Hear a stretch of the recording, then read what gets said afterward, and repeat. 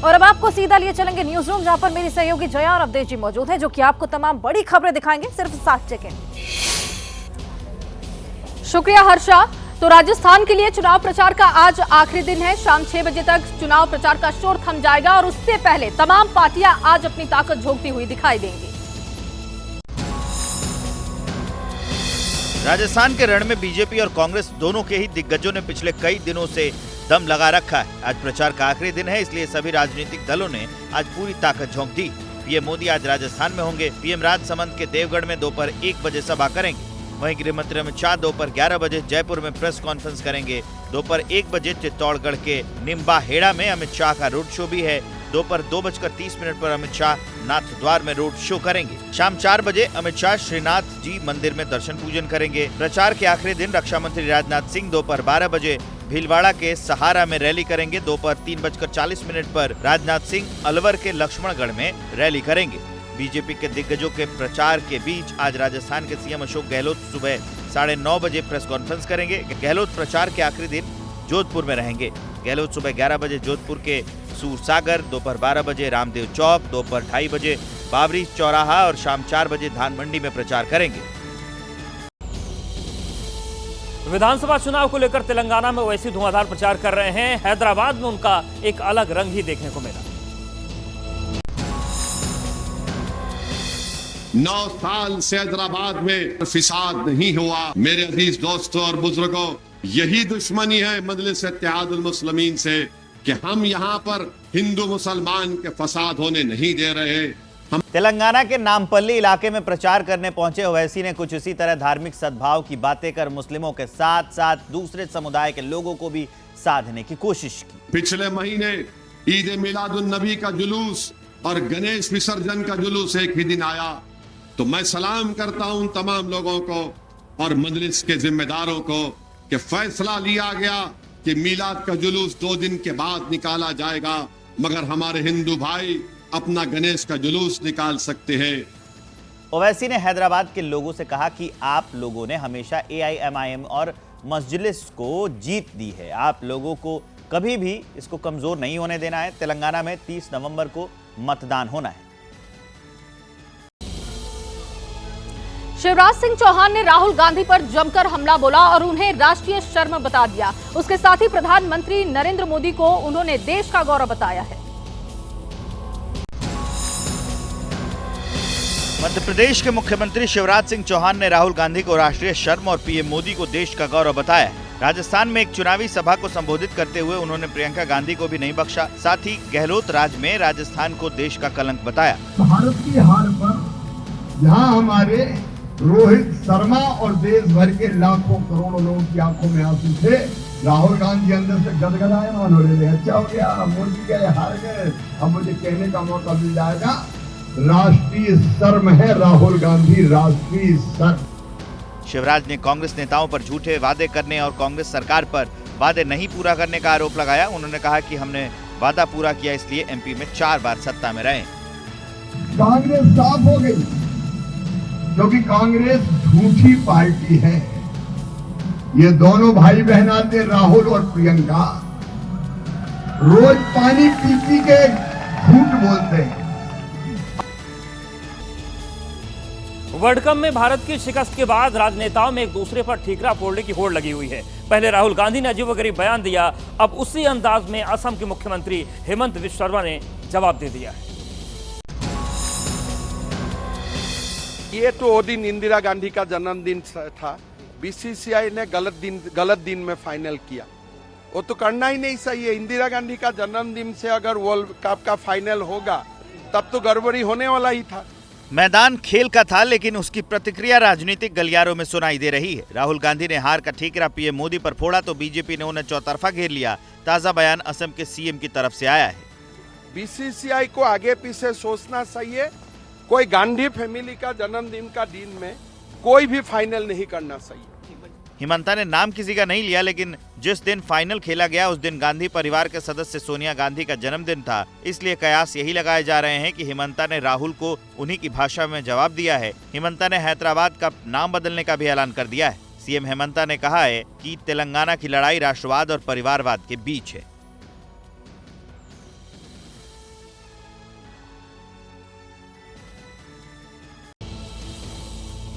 तो आज प्रधानमंत्री नरेंद्र मोदी का मथुरा दौरा है, जहां पर संत मीराबाई जन्म उत्सव में वो हिस्सा लेंगे, जिसके लिए मथुरा को पूरी तरीके से सजाया गया है। प्रधानमंत्री नरेंद्र मोदी के दौरे के लिए मथुरा को सजाने संवारने का काम तेजी से चल रहा है। शाम 4 बजे के करीब मथुरा पहुंचते ही पीएम मोदी सबसे पहले श्री कृष्ण जन्मभूमि पहुंचकर दर्शन व पूजन करेंगे। इसके बाद पीएम मोदी संत मीराबाई की 525वीं जयंती मनाने के लिए रेलवे ग्राउंड में आयोजित कार्यक्रम में हिस्सा लेंगे।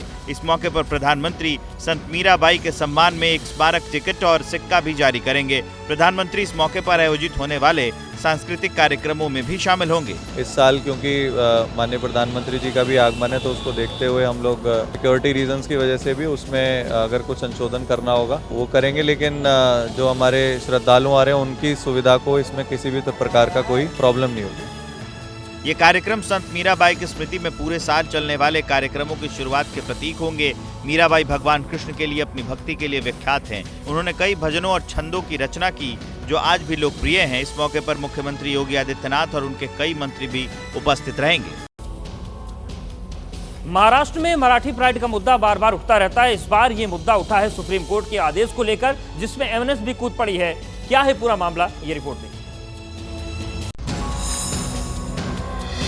2 महीना पहले सुप्रीम कोर्ट ने महाराष्ट्र में सभी दुकानदारों को आदेश दिया कि मराठी साइन बोर्ड लगाएं, जिसकी डेडलाइन 25 नवंबर को खत्म हो रही है। करीब 80% दुकानदारों ने इस आदेश का पालन भी कर लिया है, लेकिन अब इस मामले में राज ठाकरे की महाराष्ट्र नवनिर्माण सेना आ गई है। इसके कार्यकर्ताओं ने मुंबई के चेंबूर इलाके में पोस्टर्स लगा दिए हैं। पोस्टर्स में लिखा है, अगर मराठी साइन बोर्ड नहीं लगाया गया तो मनसे का एक्शन देखना, यानी साफ साफ धमकी। मुझे विश्वास है सरकार कार्रवाई करेगी, और सरकार अगर कार्रवाई नहीं करती है तो अगला कदम जो उठाना है वो हमारे हिसाब से हम उठाएंगे। इस पर शिवसेना उद्धव बाला साहब ठाकरे की पार्टी के प्रवक्ता आनंद दुबे ने कहा है कि अल्टीमेटम तक तो सही है, लेकिन कानून हाथ में लेना गलत बात है। वहीं मुंबई के स्थानीय निवासी एमएनएस के पोस्टर का सपोर्ट करते दिख रहे हैं। यहाँ पे जितने भी व्यवसाय करने वाले हैं उनको खुद को समझना चाहिए कि मैं मेरा नुकसान करूँ या बोर्ड चेंज करूँ। Federation of retail trader welfare association के अध्यक्ष वीरेंद्र शाह ने भी सुप्रीम कोर्ट के आदेश का पालन करने की बात कही। उत्तरकाशी में रेस्क्यू को लेकर ये बड़ी खबर है। ड्रिलिंग का काम अचानक रुक गया है। मशीन में आई खराबी की वजह से काम फिर से बाधित हो गया है। अड़चन यहाँ पर पैदा हुई है। कुछ एक्सपर्ट बुलाए गए हैं जो कि मशीन को ठीक कर रहे हैं, लेकिन अब देखिए किस तरीके से लगातार सुबह से ही ड्रिलिंग का काम चल रहा था और बताया जा रहा था कि कुछ ही देर में ये काम पूरा हो सकता है, खुशखबरी आ सकती है। लेकिन उसी बीच मशीन में खराबी की वजह से काम बाधित हो गया है। अचानक से ये काम रोकना पड़ा है। ड्रिलिंग का काम लगातार जारी था, लेकिन मशीन में कोई खराबी आ गई है, जिसके चलते कुछ एक्सपर्ट बुलाए गए हैं जो कि मशीन को ठीक करने के लिए वहां पर लगे हुए हैं। बताया जा रहा था कि कुछ ही देर बाद, तकरीबन 2 से 4 घंटे बाद खुशखबरी आ सकती है, लेकिन इसी बीच मशीन में खराबी आ जाती है, जिसके चलते अड़चन पैदा हो जाती है। ड्रिलिंग का काम अचानक रुक गया है। यहाँ पर बड़ी खबर हम आपको बता रहे हैं। ड्रिलिंग का काम सुबह से ही लगातार जारी था, लेकिन उसी बीच अचानक इस काम को रोकना पड़ा है क्योंकि मशीन में कोई तकनीकी खराबी आ गई है। आपको बताएं कि खराबी की वजह से काम फिर से बाधित हो गया है, लेकिन अब एक्सपर्ट बुलाए गए हैं जो कि लगातार इस पूरे मामले की छानबीन कर रहे हैं। देख रहे हैं कि किस तरह की तकनीकी खराबी मशीन में आई है, उसको ठीक भी कर रहे हैं। इतना पता हमें नहीं है। अच्छा, तो कुछ अंदर से कुछ लेके भी गए हैं? ना, लेके कुछ नहीं।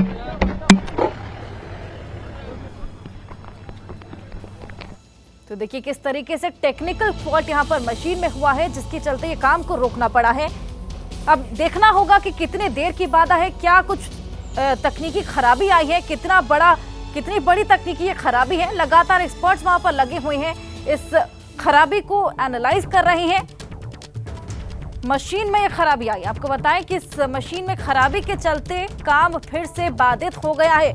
अचानक से ड्रिलिंग का काम रोकना पड़ा। लगातार सुबह से ही ये काम जारी था। 41 मजदूर फंसे हुए हैं, उन्हें निकालने की कवायद लगातार जारी है, जिसके चलते ऑगर मशीन और साथ ही कई मशीनों का इस्तेमाल यहाँ पर किया जा रहा था।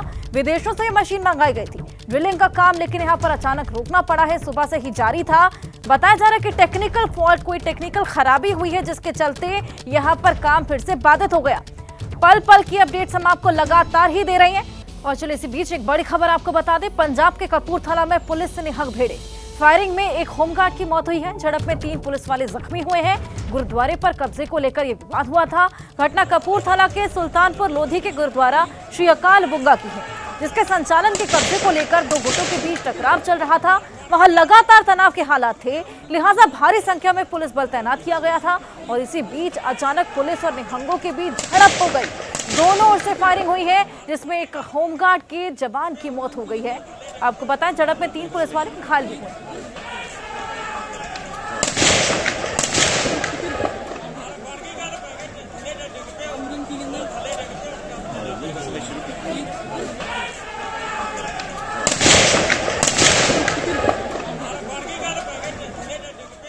देखिए, 2 तस्वीरें हम आपको दिखा रहे हैं। निहंगों और पुलिस में झड़प हुई और देखिए किस तरीके से फायरिंग की आवाज भी आप सुन सकते हैं। 2 गुट थे जिनके बीच ये टकराव चल रहा था।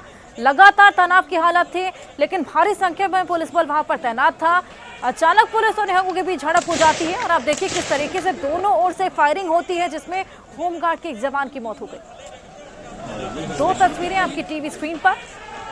निहंगों और पुलिस में ये झड़प हुई, फायरिंग की आवाजें भी आप सुन सकते हैं।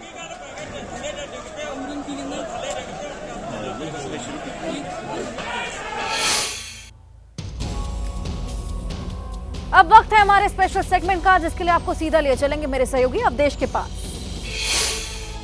धन्यवाद हर्षा। बात करते हैं सियासत की। राजस्थान में विधानसभा चुनाव के लिए प्रचार का आज आखिरी दिन है। शाम 6 बजे राजस्थान में चुनाव प्रचार का शोर थम जाएगा और अब 10 घंटे से भी कम का वक्त बाकी है जब चुनाव प्रचार का शोर थमेगा और जनता के हवाले सियासतदां हो जाएंगे। और इन सब के बीच चुनाव प्रचार के आखिरी दिन आज बड़े बड़े नेता चुनावी मैदान में उतरेंगे। प्रधानमंत्री नरेंद्र मोदी मैदान में जाएंगे, अमित शाह जाएंगे। आपको बता दें कि 25 नवंबर को राजस्थान की 199 विधानसभा सीटों के लिए वोट डाले जाने हैं और 10 घंटे से कम वक्त में चुनाव प्रचार का शोर थम जाएगा। 3 दिसंबर जादूगर ही छू मंतर। ध्यान इधर उधर करने वाला नरेंद्र मोदी, जेब काटने वाला अदानी और बाद में लाठी मारने वाला अमित शाह। साथियों, कांग्रेस कभी अपने एक परिवार के आगे किसी को नहीं देखती। पीएम मतलब पनौती मोदी। जिन्होंने चुन चुन कर आपके बच्चों के भविष्य को तबाह किया है, उनको भी चुन चुन करके साफ करना चाहिए कि नहीं करना चाहिए। राजस्थान में अब परिवर्तन होके रहेगा। राजस्थान के सियासी रण में विरोधियों पर जुबानी अटैक का ये सिलसिला आज थम जाएगा। 25 नवंबर को राजस्थान में विधानसभा चुनाव के लिए वोटिंग होनी है, इसलिए आज शाम 6 बजे चुनाव प्रचार थम जाएगा। 6 बजे से साइलेंट पीरियड ऑफ 48 आवर्स शुरू हो जाएगा। प्रचार थमने के बाद प्रत्याशी घर घर जाकर जनसंपर्क कर सकते हैं, लेकिन उससे पहले आज प्रचार के आखिरी दिन राजस्थान में तमाम दिग्गज प्रचार के रण में उतरेंगे।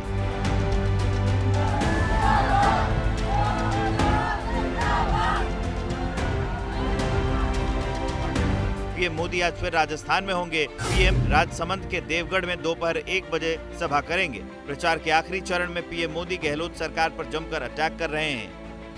कांग्रेस सरकार ने राजस्थान में हर सरकारी भर्ती में घोटाला किया है। उनके बच्चे तो अफसर बन गए और आपके बच्चे चुन चुन करके बाहर कर दिए गए। ऐसे लोगों को राजस्थान की धरती पर से चुन चुन करके साफ करना चाहिए कि नहीं करना चाहिए। जिन्होंने चुन चुन कर आपके बच्चों के भविष्य को तबाह किया है, उनको भी चुन चुन करके साफ करना चाहिए कि नहीं करना चाहिए। प्रचार थमने से पहले बीजेपी ने राजस्थान में पूरी ताकत झोंक दी है। आज गृह मंत्री अमित शाह दोपहर 11 बजे जयपुर में प्रेस कॉन्फ्रेंस करेंगे। दोपहर 1 बजे चित्तौड़गढ़ के निम्बाहेड़ा में अमित शाह का रोड शो है। दोपहर 2:30 बजे अमित शाह नाथद्वारा में रोड शो करेंगे। शाम 4 बजे अमित शाह श्रीनाथ जी मंदिर में दर्शन पूजन करेंगे। बुधवार को भी अमित शाह राजस्थान में थे। गहलोत जी वोट बैंक की राजनीति के लिए तुष्टीकरण करते हैं। उदयपुर में दिन दहाड़े कन्हैयालाल तेली को मार दिया जाता है। झालावाड़ में कृष्णा वाल्मीकि की पीट कर हत्या कर दी जाती है। रतनपुर में, चित्तौड़गढ़ में रतन सोनी की हत्या की जाती है। प्रचार के आखिरी दिन रक्षा मंत्री राजनाथ सिंह भी आज राजस्थान में है। राजनाथ सिंह दोपहर 12 बजे भीलवाड़ा के सहारा में रैली करेंगे। दोपहर 3:40 पर राजनाथ सिंह अलवर के लक्ष्मणगढ़ में रैली करेंगे। बीजेपी के दिग्गजों के प्रचार के बीच आज राजस्थान के सीएम अशोक गहलोत सुबह 9:30 बजे प्रेस कॉन्फ्रेंस करेंगे। गहलोत प्रचार के आखिरी दिन जोधपुर में रहेंगे। गहलोत सुबह 11 बजे जोधपुर के सूरसागर, दोपहर 12 बजे रामदेव चौक, दोपहर 2:30 बजे बावरी चौराहा, शाम 4 बजे धान मंडी में प्रचार करेंगे। प्रधानमंत्री जी आ रहे हैं, गृह मंत्री जी आ रहे हैं, 5 मुख्यमंत्री आ रहे हैं, 8-10 डेढ़ वाले बैठे हैं केंद्रीय मंत्री यहाँ पर। कोई भी व्यक्ति हमारी योजनाओं में बात नहीं कर रहा, इसमें कोई चर्चा नहीं हो रही है। भड़काने वाला काम हो रहा है और जनता का मानस बन चुका है। जनता माई बाप है, आखिर वही फैसला करती है। हमें लगता है कि इस बार सरकार बाप रिपीट करेंगे। प्रचार के आखिरी चरण में राहुल गांधी और प्रियंका गांधी जैसे दिग्गजों ने कांग्रेस के पक्ष में माहौल बनाने की पूरी कोशिश की। राहुल और प्रियंका ने अपनी रैलियों में मोदी सरकार पर जमकर निशाना साधा। जेब कतरे सबसे पहले क्या करते हैं? एक बंदा सामने आता है, आपके ध्यान को इधर उधर करता है, पीछे से एक और बंदा आता है, वो जेब काट देता है, और तीसरा बंदा देखता है कि अगर जिसका जेब कटा, अगर इसने कोई आवाज की तो उस पर आक्रमण कर दे, उसको डरा दे। ऐसे जेब काटी जाती है। ध्यान इधर उधर करने वाला नरेंद्र मोदी, जेब काटने वाला अदानी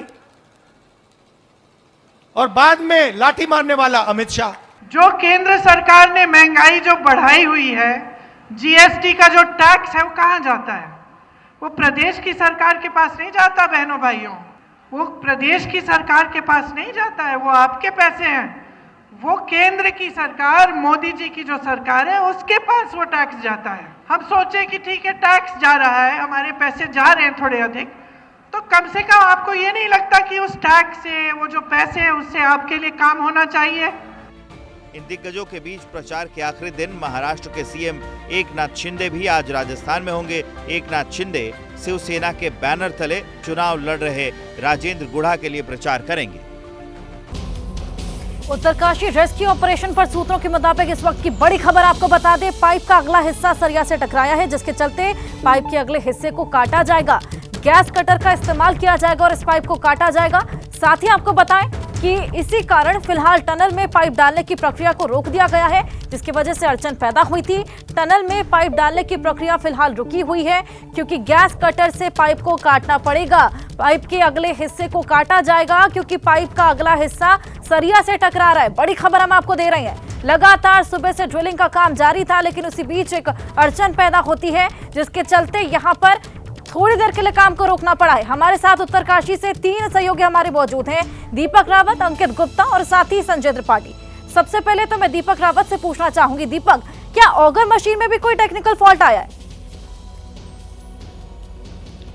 जी बिल्कुल, ऑगर मशीन में ही फॉल्ट आया है। उसका जो आगे का हिस्सा होता है, जो टनल में छेद करने का काम कर रहा है, रास्ता बनाने का काम कर रहा है, उसके आगे दरअसल जब वो लोहे की रॉड आई, स्टील की रॉड आई, ये पहले भी कहा गया था कि ये ऑगर मशीन जो है ये पत्थर को छेद सकती है, मलबे को छेद सकती है, लेकिन किसी लोहे या स्टील को नहीं छेद सकती। और जब ये उससे टकराई तो ये इसका आगे का प्लेट है वो टूट गया है। लेकिन अब इस प्लेट को बदलने के लिए एक्सपर्ट की टीम बुलाई गई है। दिल्ली से 10 लोगों की एक्सपर्ट की टीम किसी भी वक्त यहाँ हेलीपैड पर पहुंच सकती है। वही एक्सपर्ट टीम इस पूरे आगे का जो हिस्सा है उसको चेंज करेगी और उसके बाद इसमें ड्रिलिंग का काम हो पाएगा। एक और मशीन को यहाँ पर स्टैंड बाय जरूर रखा गया था ऑगर मशीन का, लेकिन जब उसके बारे में पता किया कि उसको क्यों नहीं इस्तेमाल किया जा रहा है तो उसके बारे में ये कहा जा रहा है कि 24 घंटे लगते हैं एक मशीन को हटाकर दूसरी मशीन को इंस्टॉल करने में, इसलिए वो कारगर तरीका नहीं है, ज़्यादा देर नहीं की जा सकती। जब हम बिल्कुल करीब पहुँच गए हैं उन लोगों के जो लोग 12 दिनों से वहाँ फंसे हुए हैं, तो फिलहाल एक्सपर्ट की टीम किसी भी वक्त यहाँ पर पहुँच सकती है और वो फिर मशीन के उस अगले हिस्से को चेंज करेगी, उसको ठीक करेगी और उसके बाद ड्रिलिंग का काम शुरू होगा। लेकिन इस बीच अब दिक्कत ये हो गई है कि अब समय और ज़्यादा बढ़ जाएगा। जो हम उम्मीद कर रहे थे कि 5 से 6 घंटे में ड्रिलिंग का काम पूरा हो जाएगा, आखिरी पाइप इंस्टॉल किया जाना है 6 इंच के आसपास का, तो काम 6 मीटर के आसपास का तो काम हो जाएगा, लेकिन अब उसमें और थोड़ा लंबा वक्त लग सकता है। कितना ज़्यादा लगेगा, कब तक हो पाएगा, इसका जवाब किसी के पास नहीं है। लेकिन टेक्निकल फॉल्ट एक बार फिर आया है जिसे ठीक करने की कवायद चल रही है। बिल्कुल अंकित, हम देख रहे हैं किस तरीके से टेक्निकल फॉल्ट्स लगातार आते जा रहे हैं। मशीन में बताया जा रहा है कि तकनीकी खराबी हो गई है। दिल्ली से टीम बुलाई गई है, कितने समय में ये टीम पहुंच जाएगी, कब से काम शुरू हो जाएगा और अब कितना वक्त लग सकता है आगे? देखिए, वक्त का इस वक्त किसी को अंदाजा नहीं है, क्योंकि कल जो है दोपहर में कहा गया था कि मुमकिन है कि हम जो है देर शाम को या देर रात में इस जो रेस्क्यू ऑपरेशन को पूरा कर लें। देर रात में कहा गया कि सुबह 5 बजे तक के, क्योंकि जिस तरीके से प्रोसेस चलता है उसके आधार पर आप एक अंदाजा लगा सकते हैं। लेकिन जब कोई तकनीकी दिक्कत आती है तो उसके बाद में एक नए सिरे से उस पर काम किया जाता है, उस तकनीकी दिक्कत को दूर किया जाता है और फिर जो काम शुरू किया जाता है। इस वक्त जो जिस बात का जिक्र दीपक ने किया है उस हिसाब से देखा जाए तो अभी जो है अब इस पूरा जो रेस्क्यू ऑपरेशन में मुमकिन है, जो पहले कहा जा रहा था कि दोपहर में 11-12 बजे तक पूरा हो सकता है, अब मुमकिन है कि शाम का 3-4 भी बज जाए। लेकिन अभी कुछ भी कहना जल्दबाजी है। लेकिन इस वक्त जो जब मैंने एक्सपर्ट से कुछ बात की है, यहाँ पर जो एक्सपर्ट्स मौजूद हैं, उनका ये कहना है कि इस मौके पर आकर के ये आखिरी के जो 5 से 7 मीटर का जो डिस्टेंस है, जो कवर करना है, पाइप को जो पुश करना है, वो बेहद क्रिटिकल है और यहाँ पर जो है किसी तरीके की चूक हम नहीं बर्दाश्त कर सकते। लिहाजा हमने काफी हद तक 90% काम अचीव कर लिया है, लेकिन आखिरी का जो 10% है उसको भी सक्सेसफुली अचीव करना है। और इस वजह से अगर कोई छोटी सी भी खामी आ रही है उसको दूर किया जा रहा है। इसी वजह से अगर आप देखिए टनल के मेरे पीछे जो टनल है, कुछ देर पहले यहाँ पर एक मॉक ड्रिल भी की गई है। उसमें क्या किया गया था, उसमें एक एम्बुलेंस आई, एक जो PCR वैन के साथ में एम्बुलेंस गेट तक गई और उसके बाद में एम्बुलेंस वहां पर 1 मिनट रुकी और फिर उसको वापस इसी रास्ते से वापस ले जाया गया। यानी कि तैयारियां अलग अलग लेवल पे की जा रही हैं, लेकिन तकनीकी दिक्कत के चलते जो आखिरी के कुछ जो है मीटर है वहां पर यह दिक्कत आई है और अब कोई चूक बर्दाश्त नहीं की जा सकती। इस वजह से काम धीरे जरूर हो सकता है, लेकिन कोशिश ये है कि एक नए सिरे से वही काम ना करना पड़े और इसी वजह से पूरी कोशिश ये है कि उसी हिस्से को ठीक करके और काम को आगे बढ़ाया जाए।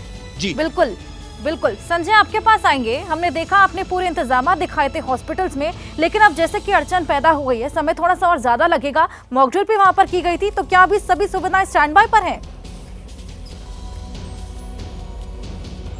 बिल्कुल, देखिए 8 बजे के करीब ये उम्मीद की जा रही थी कि सारे मजदूर जो है उनको निकालने का काम शुरू कर दिया जाएगा और उसी लिहाज से जो ये चिन्याली सौड़ का सामुदायिक स्वास्थ्य केंद्र है वहाँ पूरे इंतजाम कर लिए गए थे। मैं आपको दिखाता हूँ, ये सिक्यारा टनल रेस्क्यू का जो स्पेशल वार्ड बनाया गया है, वहाँ से जो भी 41 श्रमिक आएंगे वो सारे के सारे इनके लिए यहाँ पर बाकायदा एक बेड रिजर्व किया गया है। सारी दवाइयों के इंजेक्शन के इंतजाम किए गए हैं, जो भी हेल्थ मेडिकल इक्विपमेंट्स होते हैं उनके इंतजाम किए गए हैं। प्राइमरी हेल्थ चेकअप इनका वहीं सिक्यारा टनल के पास ही जो कैंप बनाया गया वहाँ पर होगा और जो यहाँ पर गहराई से उनके शारीरिक जाँच की जाएगी, जिसके लिए सारे के सारे इंतजाम कर दिए गए हैं। यहाँ सामने की तरफ जो टेंट लगाया गया है, यहाँ पर जो मेडिकल टीम है वो भी बैठेगी, जो एक्स्ट्रा अलग अलग विधा के पारंगत लोग। देखिए सामने डॉक्टर्स की टीम आ रही है इस वक्त, ये डॉक्टर्स की टीम है अलग अलग अस्पतालों से, यहाँ तक कि देहरादून से, ऋषिकेश से भी जो एक्सपर्ट्स हैं उनको बुलाया गया है और ये इसके लिए रखे गए कि अगर किसी भी व्यक्ति को किसी गंभीर समस्या का सामना करना पड़ रहा है तो ये एक्सपर्ट जो है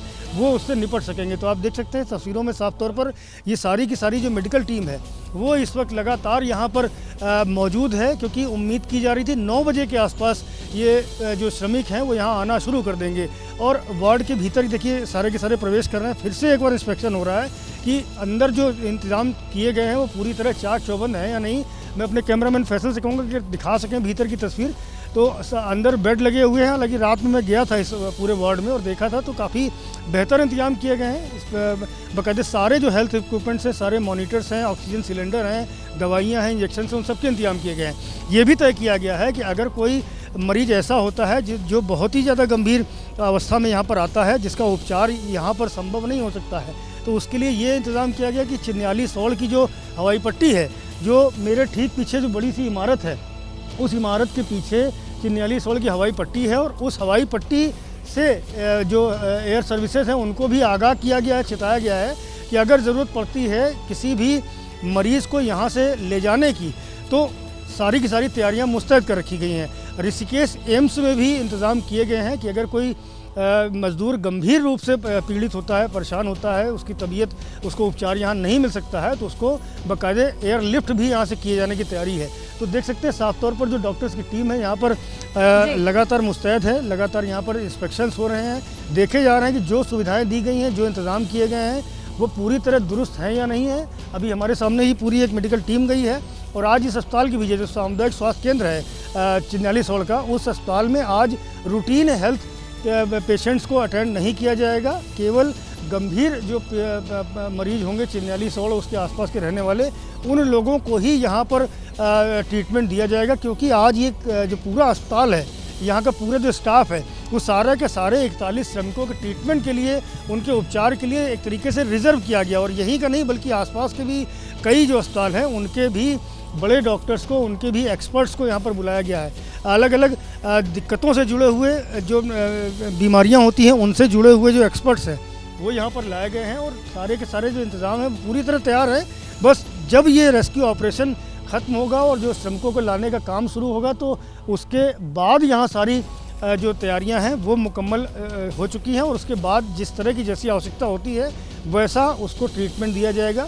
ITBP के जवान भी लगाए गए हैं वार्ड की सुरक्षा में, और जो गेट है एंट्री गेट वहाँ पर भी ITBP के जवान लगाए गए हैं। जो बिल्कुल संजय, हम देख रहे हैं किस तरीके से इंतजाम पूरे कर लिए गए हैं, सुविधाएं पूरी कर ली गई हैं, लेकिन फिलहाल सभी चीजों को स्टैंड बाय पे रखना पड़ा है। ये जो जरा सी अड़चन पैदा की गई हुई है, ऐसे में देखना होगा कि अब ये कितनी जल्दी ठीक हो जाएगी।